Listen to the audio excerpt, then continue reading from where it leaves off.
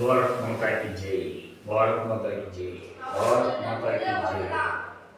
वंदे मातरम, वंदे मातरम, वंदे मातरम। जय जय जय।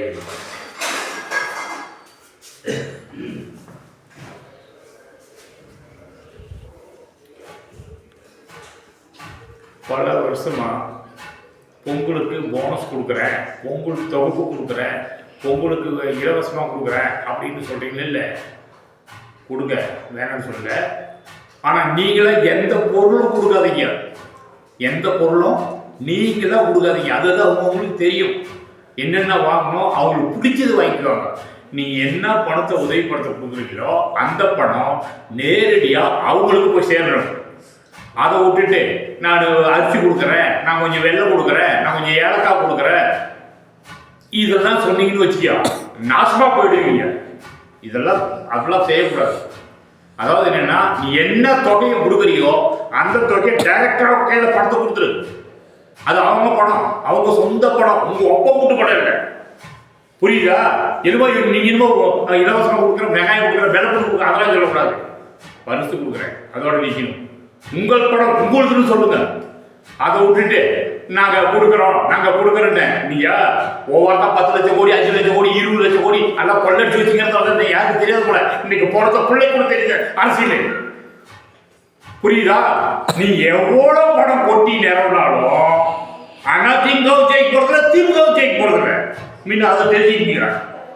டிவிகே வந்துருவான், உங்களை உதைக்கிறதுக்குனே வரும், கடவுளை அனுப்பிச்சு விட்டுக்கிறான். நீங்க அது தெரிஞ்சுக்கங்க. நான் காங்கிரஸ் காந்திபேரை மாவட்டத்தில் இருக்கிறேன், இல்லைன்னு சொல்லவில்லை. நான் காங்கிரஸ் தான், இல்லைன்னு சொல்லவில்லை. ஆனா இதுல என்ன தெரியுதுன்னா, இந்த 10 வருஷம் தாண்டி 11வது வருஷம் அடி எடுத்து வச்சு நீங்க 2 வருஷம், நீங்க 12 வருஷம் ஆகி போச்சு, நீங்க ஆட்சி பண்ணிட்டு இருக்கிறாரு மோடி.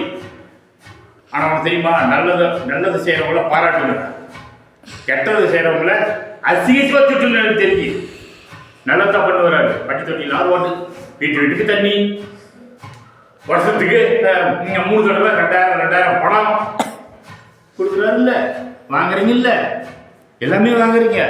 ஆனா ஓட்டு மற்றவங்களுக்கு போடக்கூடாது, உங்களுக்கே போடணும். இவ்வளவு வருஷமா கொள்ளடிச்சது பத்தாது, கையெழுத்துக்கு முட்டி ஓடி போயிருங்க நாயிங்க. இதெல்லாம் விட்டுட்டு இன்னும் இது பற்றி தெரியுறீங்க, டிஸ்கஸ் பண்ணி தெரியுறீங்க.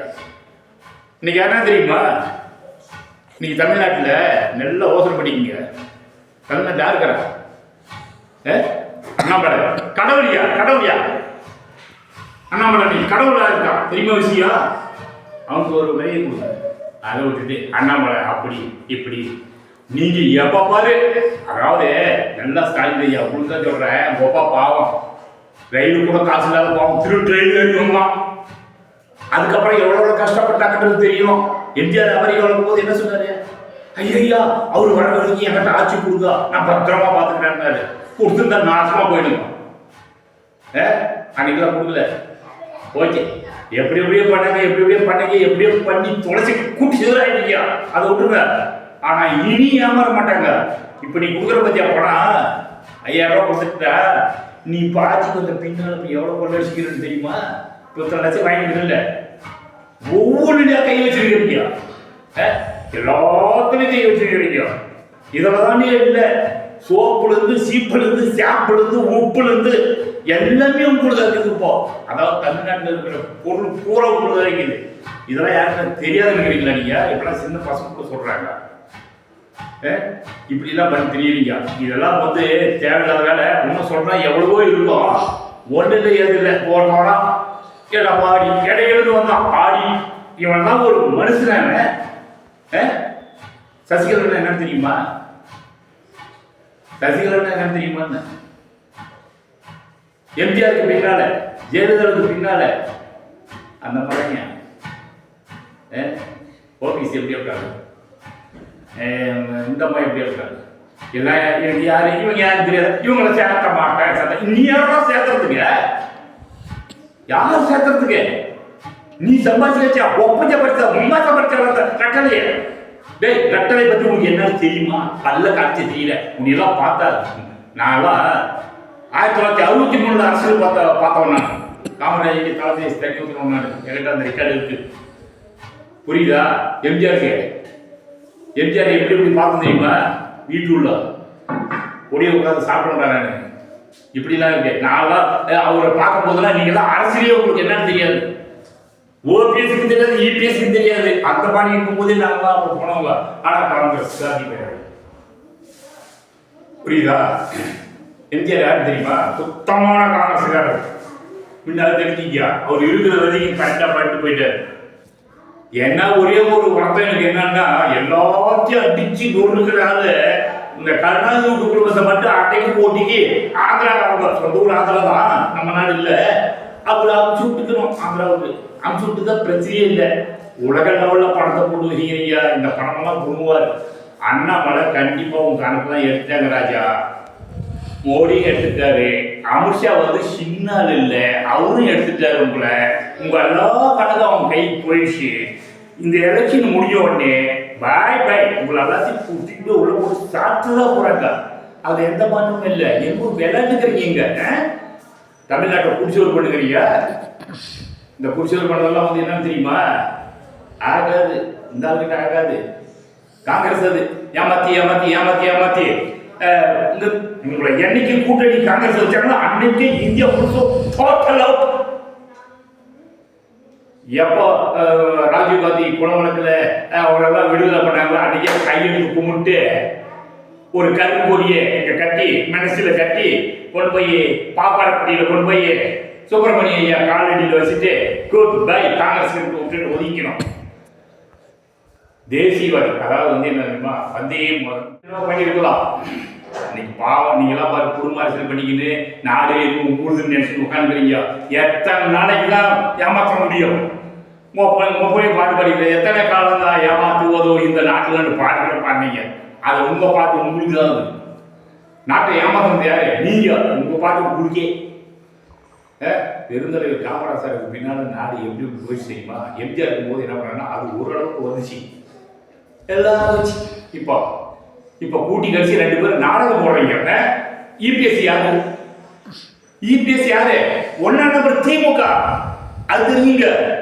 அவங்க எம்எல்ஏ வந்ததே திமுக தான். அதாவது எப்படின்னா, அது கொலை பண்ணி முடிஞ்சு காட்டில் ஒழிஞ்சது கொடுத்தாரு. அப்புறம் தானே வந்து சேர்ந்தான். இதெல்லாம் நாட்டுக்கு தெரியாது தெரியுங்களா? எல்லாருக்குமே தெரியும், உலகமே தெரியும். ஆனா மூடி வச்சு நீங்க இதுக்கெல்லாம் போய் கூட்டம் போட்டு ஆட்டம் போட்டு உட்காந்துக்கிறீங்க. எந்த வகையில் நான் தெரியல. பாரத மாதா மன்னிக்க மாட்டா. யாரு மன்னிச்சாலும் பாரத மாதா மன்னிக்க மாட்டா. உங்களை இந்த மரப்பாரு 2026 எப்படி எப்படிலாம் நடக்க போகுதுன்னு பாருங்க. கடவுள் அவதாரம் எடுத்துட்டான். அதுதான் தெரியுமா உங்களை? இன்னைக்கு யாரு தெரியுமா? தமிழ்நாட்டில் டிவி தினகரன், அண்ணாமலை, டிவிகே, விஜய், போதும். இவங்க 3 பேரும் கலக்க போறாங்க. தமிழ்நாட்டை தனிநாடு ஆக்க போறாங்க. இதுல வந்து எந்த மாற்றமும் இல்லை. என்ன பாருங்க, இதெல்லாம் இதுக்கு பௌத்தர் சொல்லி பேசிக்கிட்டேன். நான் காட்டி பேசுறதுலாம் பௌரி எரி, அதுக்குனால பேசுனேன்.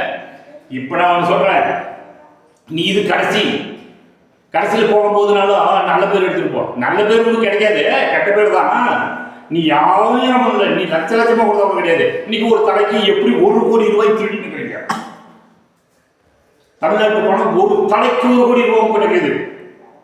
அதே மாதிரி ஜாதி கட்சி எங்கெங்க ஜாதி கட்சிக்குதோ அத்தனை பேர்கிட்ட கோடி கோடியா லட்சக்கணக்கான கோடி ரூபாய் தேவையா? அல்ல வாசி எடுத்து வச்சுக்கிறீங்கல்ல, அல்ல பணம் கொடுக்குற. நீ என்ன கொடுக்கறது? அவங்க எடுத்துக்கிறாங்க.